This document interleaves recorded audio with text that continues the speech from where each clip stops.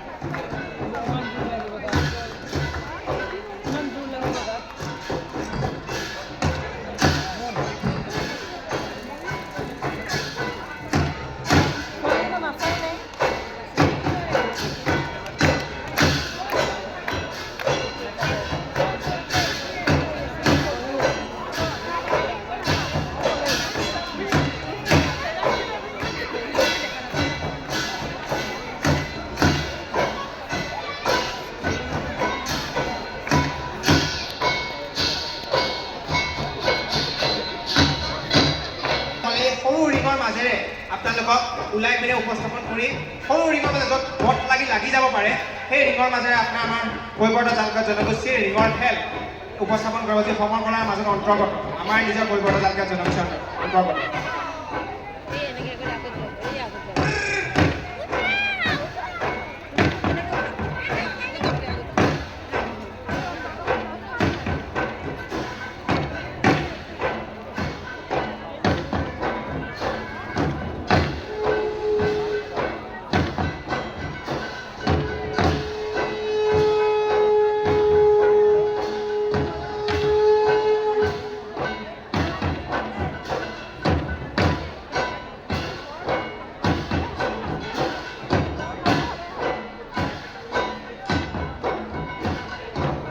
চাকৰি কামনা কৰিলোঁ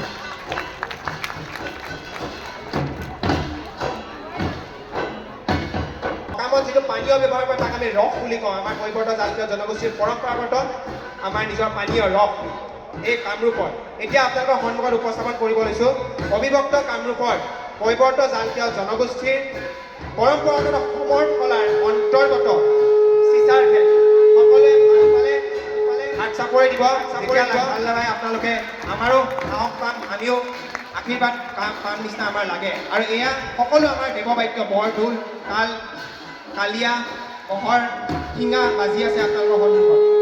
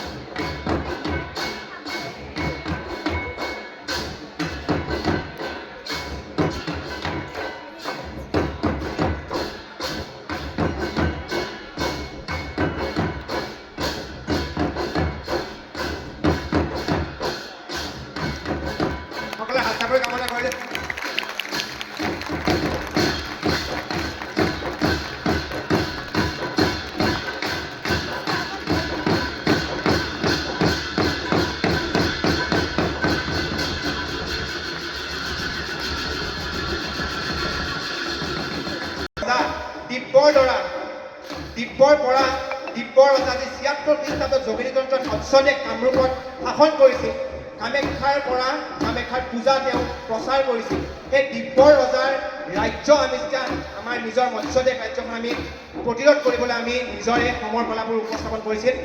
ক্ৰমান্বয়ভাৱে এইবোৰ লাহে লাহে এণ্টাৰটেইন আৰ্ট ফৰ্ম হিচাপে ডেভেলপ হ'ল। এইবোৰ আমাৰ নিজৰ কৈৱৰ্ত জালকীয় জনগোষ্ঠীৰ সংস্কৃতি।